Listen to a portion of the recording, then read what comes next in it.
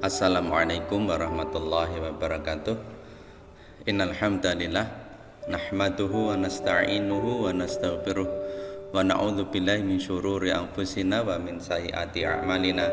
May yahdihillahu fala mudhillalah wa may yudlilhu fala hadiyalah.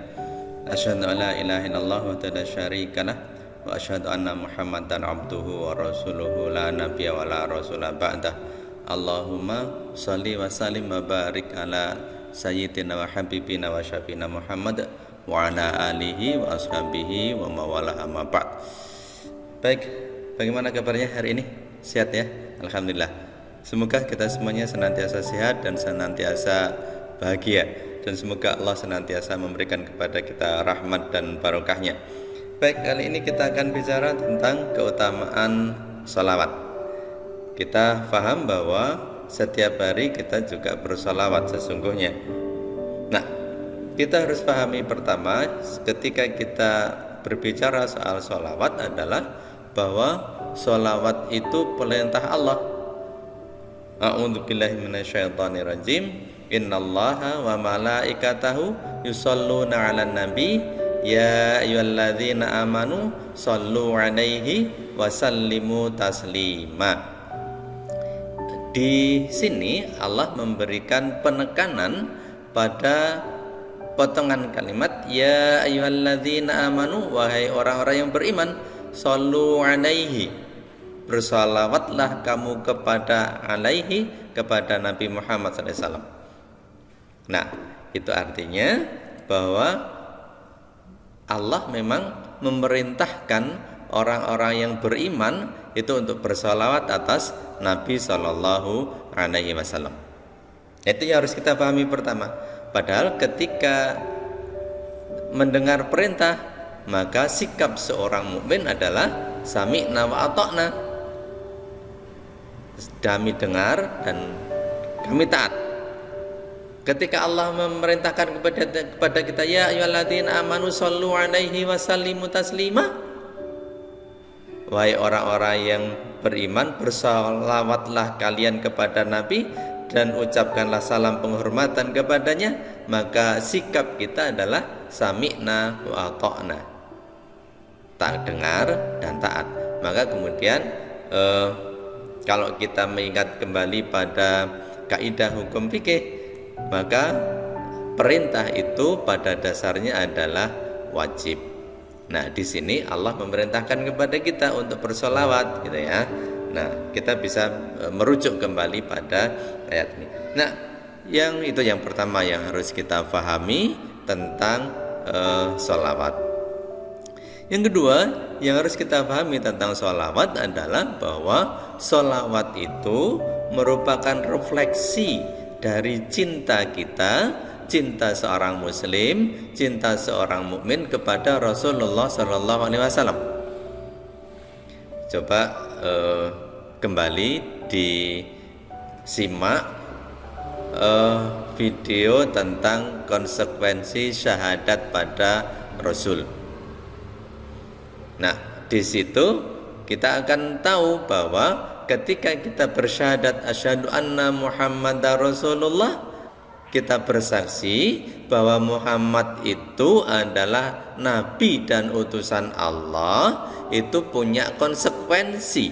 Salah satu konsekuensinya adalah mencintai Rasulullah Sallallahu Alaihi Wasallam. Dan salah satu tanda kita mencintai Rasul adalah banyak bersolawat kepadanya. Nah, jadi sholawat itu seharusnya senantiasa kita lantunkan sebagai tanda cinta kita kepada Rasulullah Sallallahu Alaihi Wasallam. Itu tentang sholawat. Jadi ternyata dari sini kita paham, yang pertama, sholawat itu perintah Allah. Yang kedua, sholawat itu konsekuensi dari syahadat kita. Sholawat itu adalah cerminan cinta kita kepada Rasulullah Sallallahu Alaihi Wasallam. Baik, itu yang ketiga. Makna salawat kepada Nabi SAW itu adalah memohon kepada Allah agar dia memuji dan mengagungkan Nabi Muhammad SAW di dunia dan di akhirat. Jadi sholawat itu bermakna memohon kepada Allah agar dia memuji dan mengagungkan Nabi SAW di dunia dan di akhirat. Mengagungkan di dunia artinya memuliakan penyebutan beliau SAW, memenangkan agamanya dan mengokohkan syariat Islam yang beliau bawa. Jadi sholawat itu permohonan kepada Allah agar mengagungkan beliau di dunia. Mengagungkan di dunia artinya mengagungkan penyebutan, mengagungkan nama beliau, mengagungkan nama Nabi SAW. Di mana-mana hari ini kita akan bisa mendengarkan orang menyebut, mengagungkan, bersolawat pada Nabi SAW. Mengagungkan di dunia juga artinya memenangkan agama ini. Mengagungkan di dunia artinya mengokohkan syariat Islam yang beliau bawa, mengokohkan Islam di dunia ini. Itu artinya mengagungkan di dunia. Mengagungkan di akhirat, di akhirat melipat gandakan pahala kebaikan beliau, memudahkan syafaat beliau kepada umatnya, dan menampakkan keutamaan beliau SAW pada hari kiamat di hadapan seluruh makhluknya. Itu makna sholawat. Jadi ketika kita bersolawat kepada Nabi, ternyata Masya Allah, kita sesungguhnya memohon kepada Allah Subhanahu wa Ta'ala agar di akhirat Allah melipat gandakan pahala beliau, agar di akhirat Allah memudahkan Nabi SAW memberikan syafaat kepada umatnya. Ketika kita bersalawat, artinya kita sedang memohon kepada Allah agar Allah menampakkan keutamaan Nabi SAW di hari kiamat nanti di hadapan seluruh makhluk beliau. Itulah sholawat. Bacaannya ringan sholawat itu. Bacaannya ringan, tetapi luar biasa, mempunyai keagungan yang luar biasa, mempunyai keutamaan yang luar biasa. Nah, kemudian kita akan bertanya, bagaimana cara sholawat? Maka cara sholawat itu yang terbaik bacaan sholawat itu adalah bacaan seperti halnya kita at-tahiyat. Allahumma salli ala Muhammad wa ala ali Muhammad kama shallaita ala Ibrahim wa ala ali Ibrahim wa barik ala Muhammad wa ala ali Muhammad kama barakta ala Ibrahim wa ala ali Ibrahim innaka Hamidum Majid. Itu sholawat Ibrahimiyah, sholawat yang paling lengkap, sholawat yang sebaik-baik sholawat. Itu yang kita baca. Nah, kita juga diperbolehkan membaca sholawat dengan pendek, sallallahu alaihi wasallam. Sallallahu alaihi wasallam itu kalau pendek. Atau bisa juga dengan salatu wassalamu ala rasulillah, assalatu wassalamu ala rasulillah, boleh. Atau Allahumma salli ala Muhammad, boleh. Boleh 3 bacaan itu. Kalau mau lengkap ya seperti ketika kita tahiyat, atau yang pendek Allahumma sholli ala Muhammad sampai di situ boleh, atau sallallahu alaihi wasallam boleh, atau assalatu wassalamu ala rasulillah boleh. Bagaimana dengan membaca Sayyidina? Tidak ada perbedaan pendapat di antara para ulama tentang bolehnya membaca Sayyidina di luar sholat. Kalau di dalam sholat memang ada perbedaan pendapat di antara para ulama. Tapi yang sedang kita bicarakan adalah membaca sholawat di luar sholat, sehingga boleh-boleh saja mau menggunakan Allahumma sholli ala Sayyidina Muhammad, silakan, atau Allahumma sholli ala Muhammad, silakan. Itu cara bersolawat. Nah, bersolawat itu seperti yang dituntunkan oleh Rasulullah sallallahu alaihi wasallam dan para sahabatnya. Nah, setelah kita memahami tentang sholawat, tentang perintah sholawat, tentang bacaan sholawat, mari kita sekarang lihat betapa ada banyak keutamaan ketika kita membaca sholawat.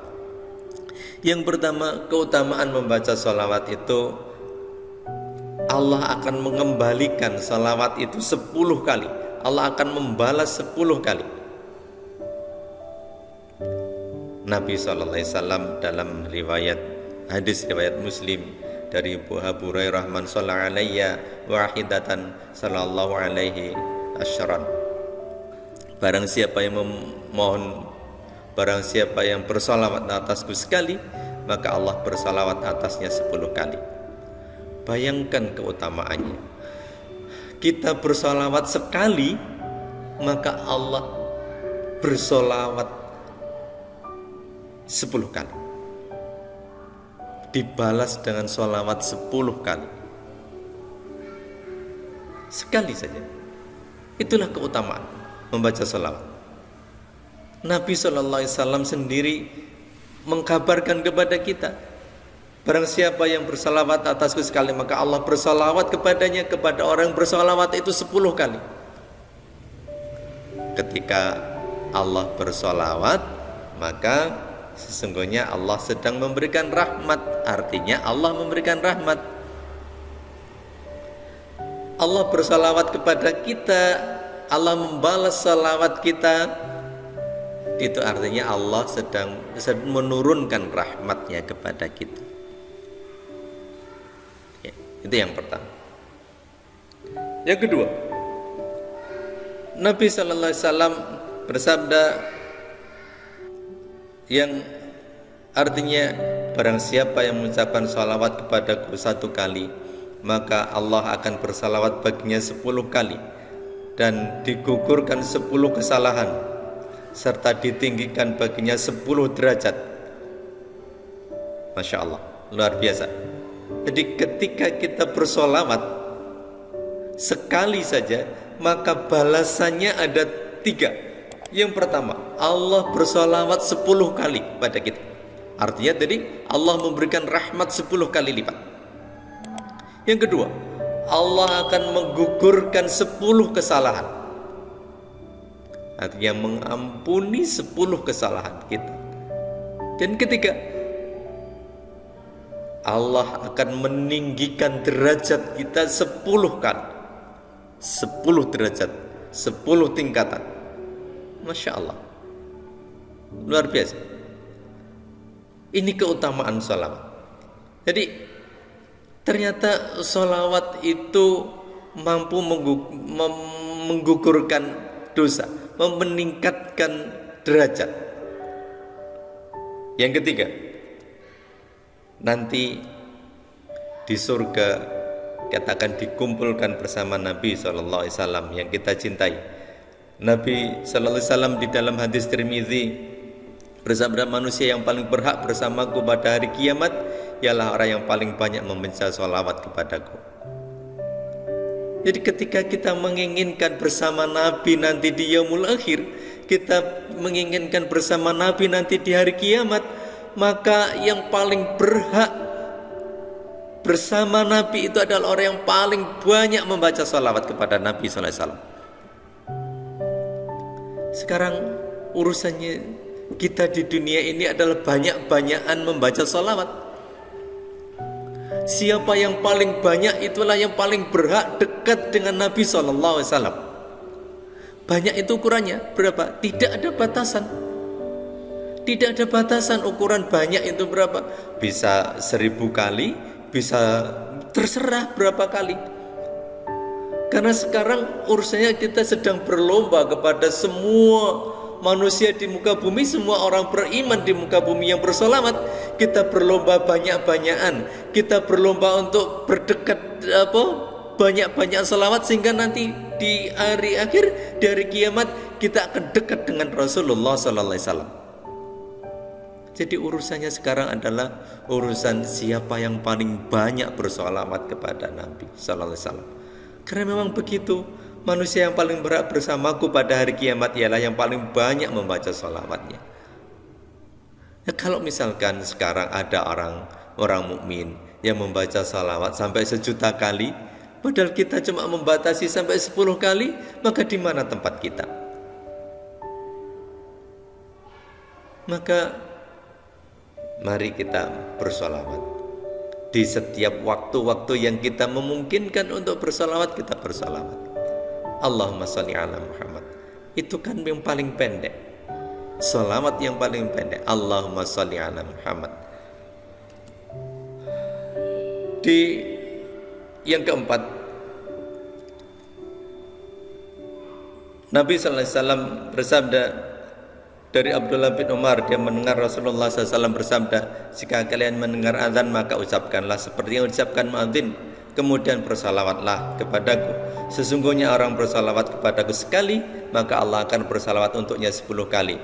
Lalu mintalah kepada Allah wasilah untukku, karena wasilah adalah sebuah tempat di surga yang tidak akan dikaruniakan melainkan kepada salah satu hamba Allah, dan aku berharap bahwa akulah hamba Allah tersebut. Barang siapa memohon untukku wasilah, maka ia akan mendapatkan syafaat.